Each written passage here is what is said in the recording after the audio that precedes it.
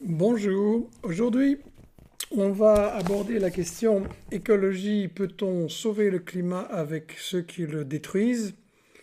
Il y a en Belgique depuis des semaines, des mois même, de splendides manifestations pour le climat, dans d'autres pays aussi, et il y a vraiment une vague de fond dans la jeunesse spécialement, où la chose qui ressort c'est Change the system, not the climate.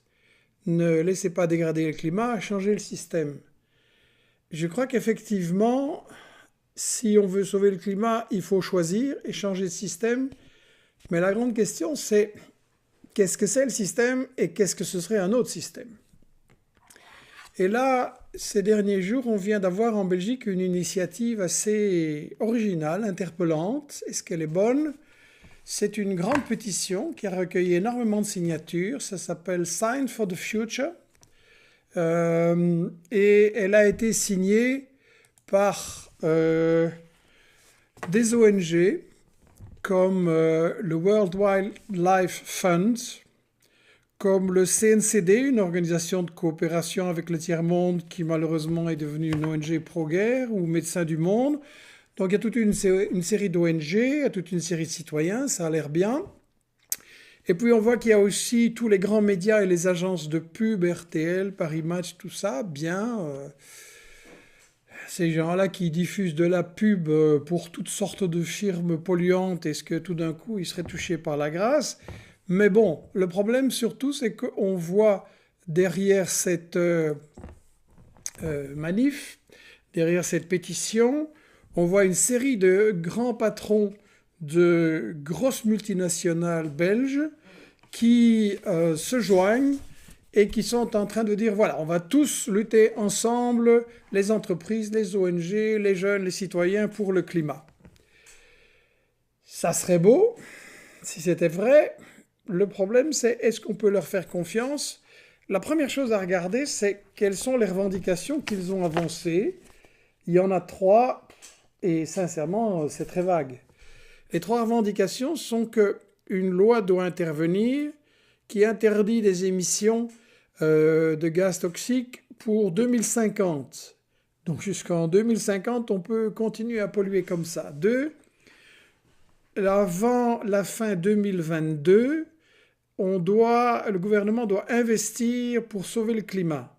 Ça fait encore 4 années de perdu. On attend quoi là? Fin 2022. Et une commission indépendante va évaluer comment les choses évoluent. Bien, c'est complètement vague, c'est des promesses. Avec ça, on donne un chèque en blanc à une série de partis politiques qui, depuis des années, n'ont absolument rien fait pour le climat. Sinon, des promesses, des conférences, des déclarations, mais il n'y a absolument rien qui change. Donc, on doit examiner si, je disais donc, niquons le système, pas l'écosystème, on doit examiner si c'est possible avec des entreprises comme celles qui sont derrière cette pétition, cette plateforme. Et là, vous avez par exemple la BNP Paribas, une des grandes banques en France, en Belgique, dans le monde. Le problème, c'est que BNP Paribas investit 30 milliards d'euros dans le charbon, le pétrole et le gaz, beaucoup plus que toutes les autres banques. Et ils viennent faire quoi là alors? Ils sont en train d'investir dans les choses les plus polluantes, ils ne changent rien et ils se prétendent défenseurs écologistes. Une autre firme qui signe ça, c'est Unilever. Vous ne connaissez peut-être pas sous ce nom-là, mais quand vous allez au supermarché, une grande partie de votre caddie, c'est rempli de produits d'Unilever. C'est avec Nestlé, Danone, deux, trois firmes comme ça. C'est le plus gros de fabricants, distributeurs en alimentation, en produits d'hygiène, etc. C'est vraiment ça qui remplit les caddies. Et donc, Unilever, ben, c'est un gros problème parce que c'est les principaux pour déforester la forêt en Amazonie. On cultive l'huile de palme, on détruit la forêt dont nous avons tellement besoin et on inonde les marchés de produits en plus qui ne sont pas du tout bons pour la santé. Un autre exploit de Unilever, c'est le plastique, c'est des frénétiques, des malades chroniques du plastique. Pour vous donner une idée, en Asie, en Inde, où les gens sont pauvres, ils diffusent leur shampoing pas dans des bouteilles en plastique, mais dans des petites doses individuelles pour une fois, parce que les gens sont pauvres. Donc on a calculé qu'ils ont produit en un an 27 milliards de sacs plastiques de déchets.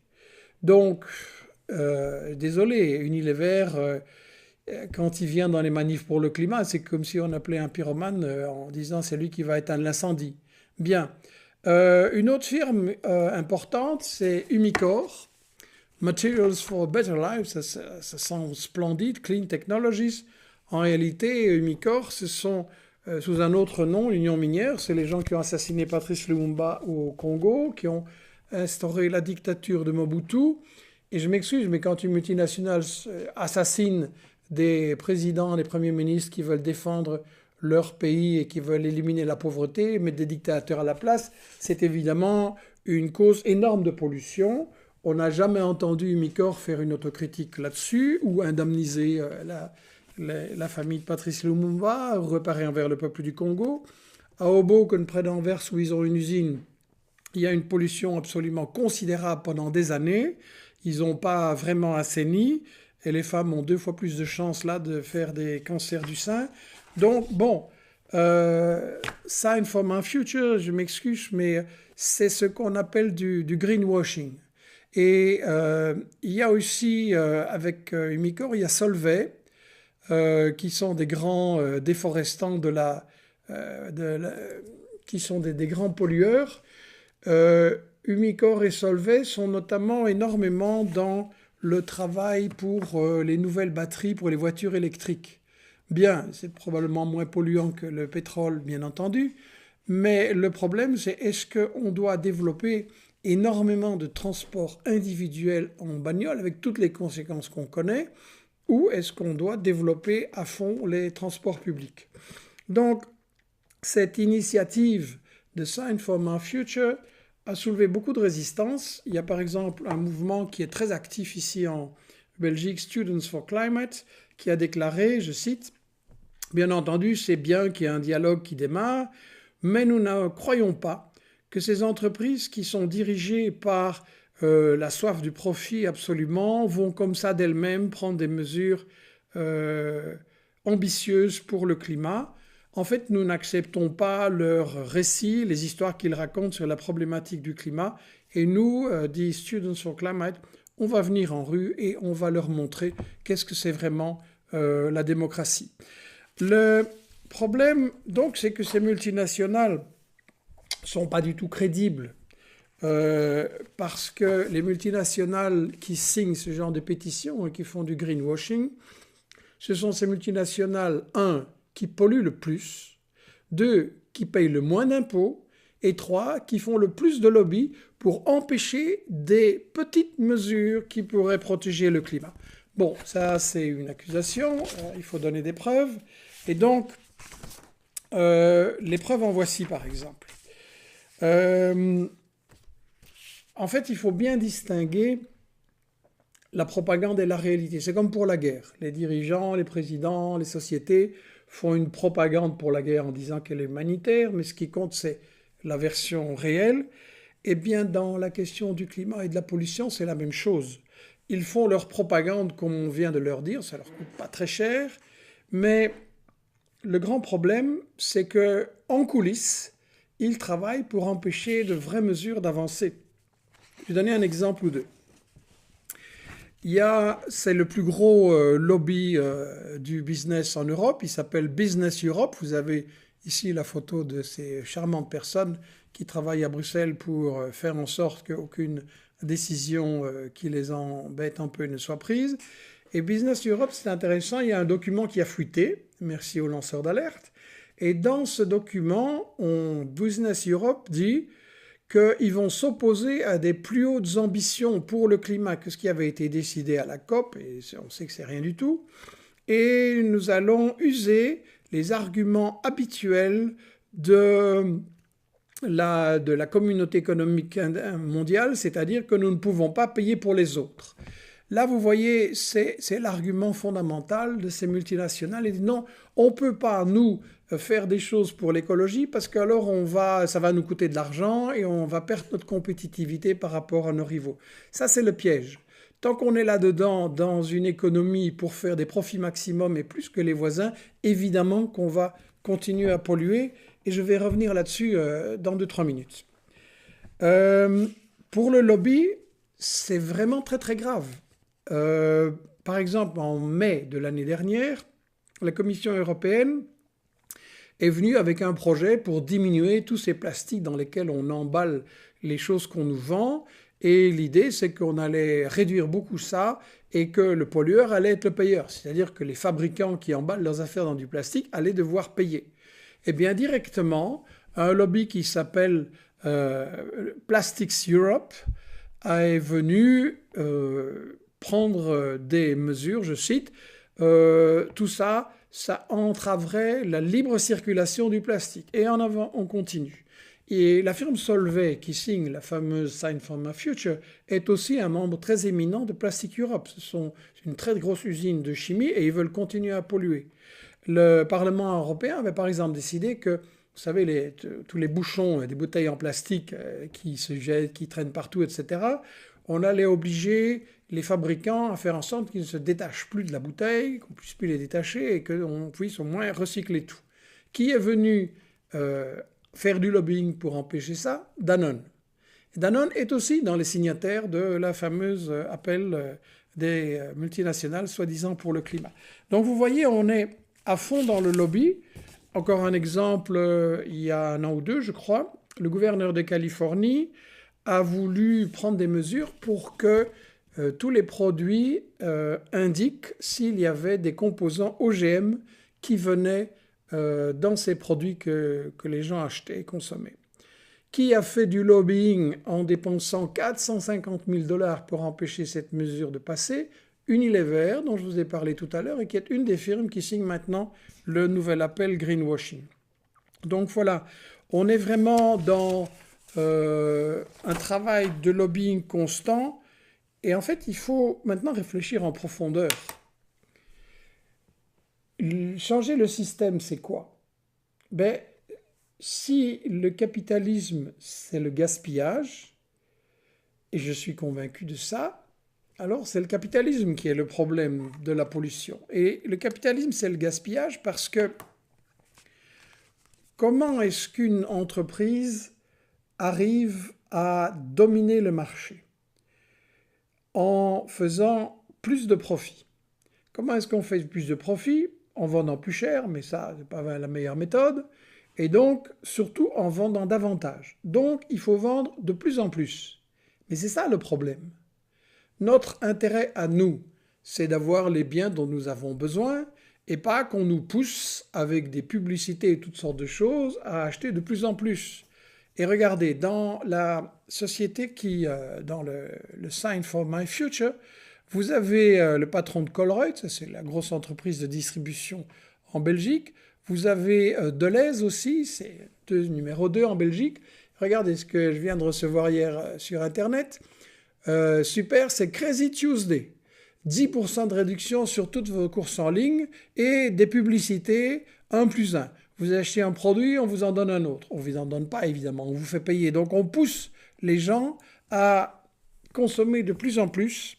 Et le problème qu'il faut bien voir, c'est que on est dans un système capitaliste où il y a une concentration de la richesse et du pouvoir économique entre les mains de 200 multinationales. C'est elles qui dominent le marché, c'est elles qui ont le pouvoir économique sur les gouvernements, c'est elles qui écrasent tous les petits, qui éliminent les petits absolument tout le temps. Et là, on va prendre l'exemple de l'agrobusiness.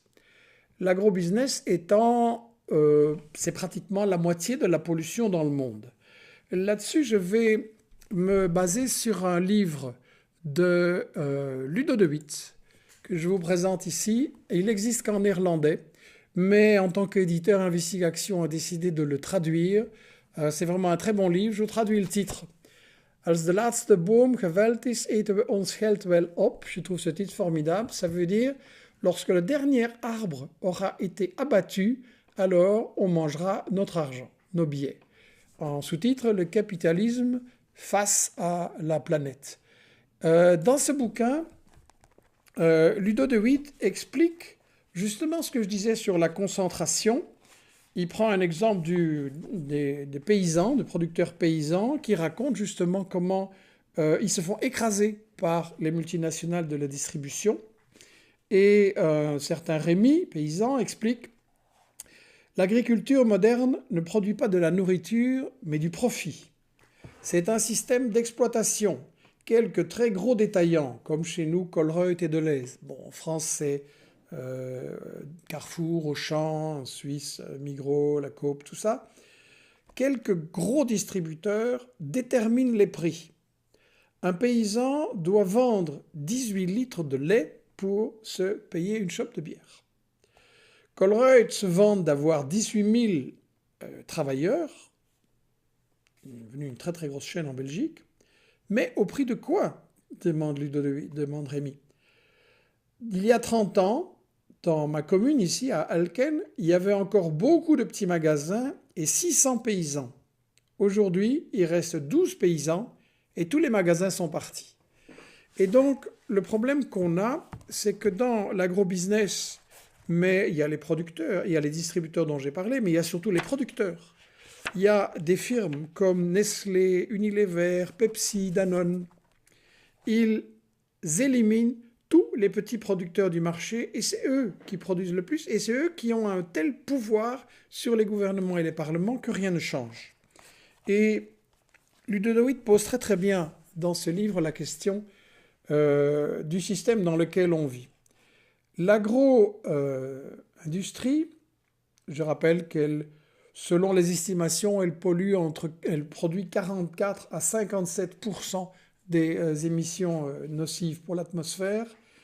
Et Ludo de Witt explique: aux États-Unis, la distance normale moyenne entre le champ et la table du consommateur est de 2400 km. 2400 km que fait la nourriture dans votre assiette.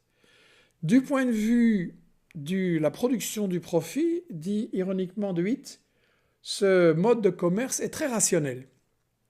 En effet, chaque phase du processus de production se déroule là où le prix de production est le plus bas. C'est-à-dire là où les salaires sont les plus bas, c'est-à-dire là où il n'y a pas de réglementation pour protéger les travailleurs. Et donc, c'est normal pour l'agrobusiness qu'on ait de telles chaînes de production et de circulation de la nourriture. Les cochons, dit-il, pour prendre un exemple, sont engraissés en Roumanie avec des déchets de soja qui proviennent d'Argentine et du Brésil, et les carcasses sont transportées en Italie où elles les transforment à nouveau en nourriture. Il a analysé les céréales Kellogg's, qui, entre parenthèses, ne sont pas du tout bonnes pour la santé, et il a repéré qu'une boîte de céréales de Kellogg's provient d'un maïs d'Argentine, de poudre de lait d'Europe, de riz d'Égypte et de Thaïlande, et du froment d'Espagne et le sucre des États-Unis.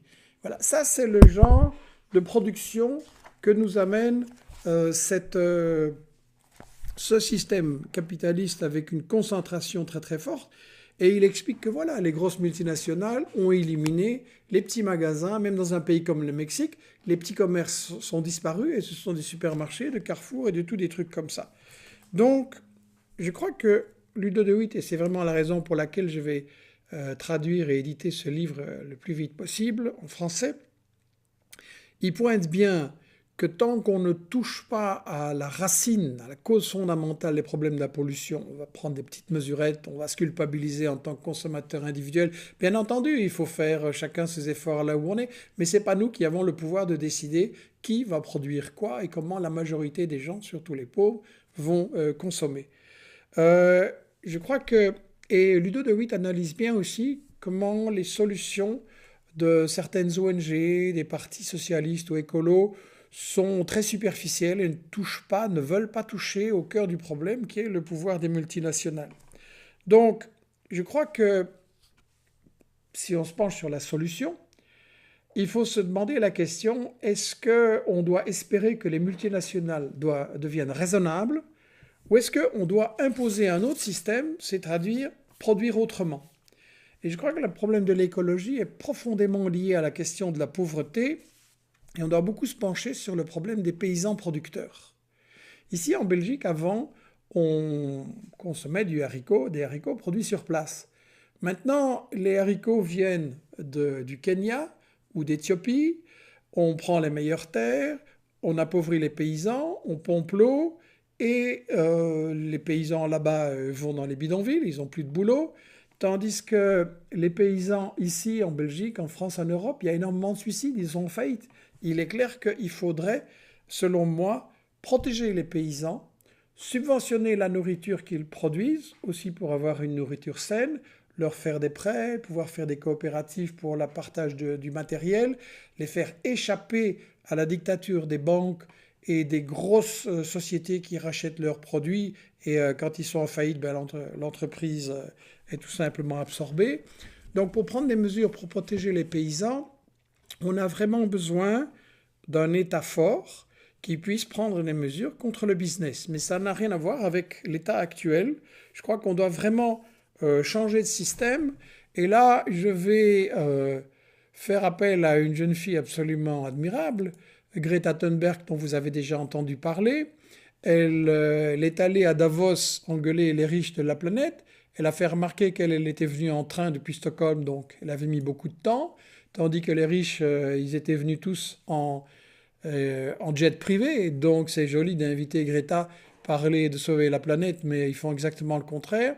Et on va prendre le message que Greta, très courageusement, leur a donné là-bas et qui renforce tout à fait ce que Ludo de Witt disait, ce que j'ai voulu montrer aujourd'hui.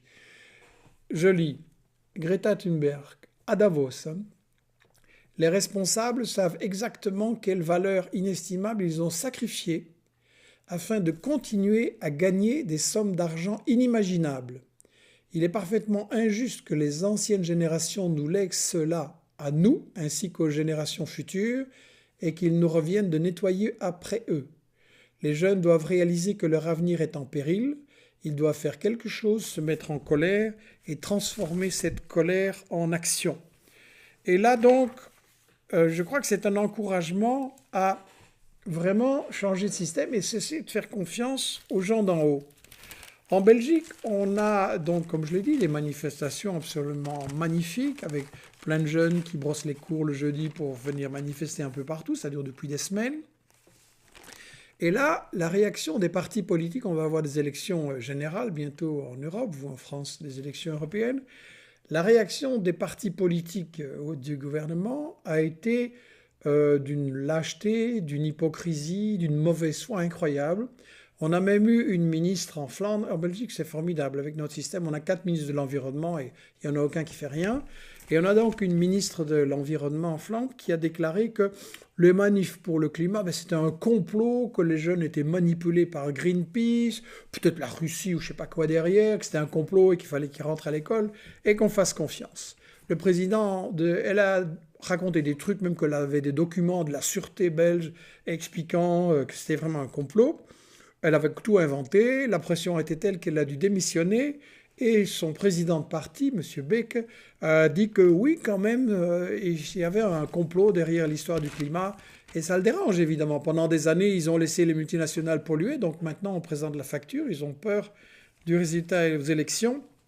Et un chroniqueur dans un journal flamand que je lis ici a très bien fait remarquer, oui, il y a des complots, mais ce n'est pas là où on les cherche. Et il disait lui aussi, les grandes multinationales ont un pouvoir de plus en plus grand. Ils éliminent les nouveaux ou les petits acteurs sur le marché. Et un président de parti ne devrait pas se tracasser du fait qu'un écolier reçoit des conseils de Greenpeace ou que les marches climatiques sont infiltrées par la gauche, comme si, dit-il, le pouvoir était là. Je suppose, ajoute-t-il avec humour, que dans les quartiers généraux d'ExxonMobil, d'Engie, etc., on n'a encore pas cessé de rire parce que le vrai pouvoir, il est dans le big business et dans ses lobbies. Donc voilà, je crois que on a des arguments vraiment importants pour dire il faut s'en prendre au système, il faut s'en prendre aux règles du jeu. Et je pense que on doit réfléchir à des revendications solides qui doivent être élaborées en bas, comme Étienne Chouard le disait à propos du RIC, du référendum d'initiative citoyenne. Les revendications contre la pauvreté, il ne faut pas attendre que ça tombe d'en haut, il faut les élaborer, nous, en bas, et les imposer. Pour l'écologie et la défense de la planète, c'est la même chose. Donc pour moi, il faudrait réfléchir à des pistes disant, un, que l'obsolescence programmée, vous savez, le fait que Apple s'arrange pour mettre un petit truc dans votre téléphone ou dans votre ordi qui fait qu'au bout de X années, il ne va plus fonctionner.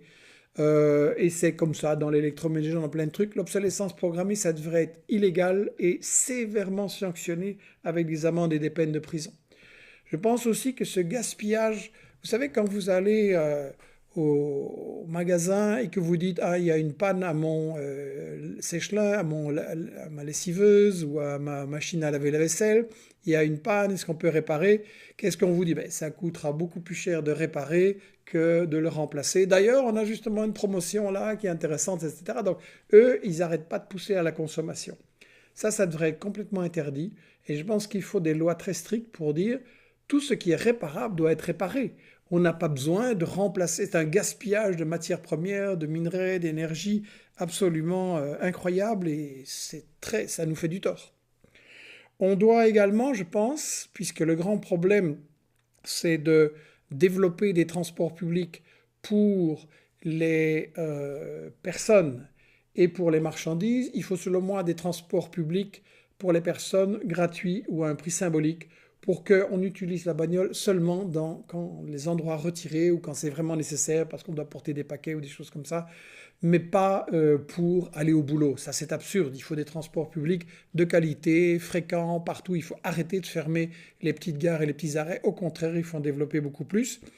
Ça doit être payé comment? Ben, pas par les consommateurs, ça doit être payé par des taxes sur les profits de Peugeot, de General Motors, de Mercedes, de toutes ces firmes polluantes et évidemment des firmes énergétiques qui font des profits colossaux.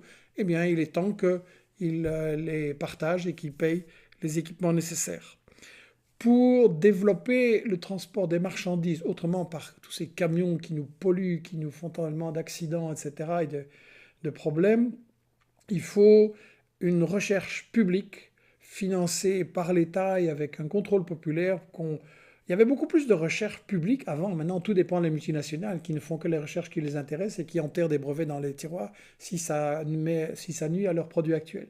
Donc, il faudrait des recherches publiques pour déterminer les meilleures mesures pour l'énergie, pour les transports et pour notre santé.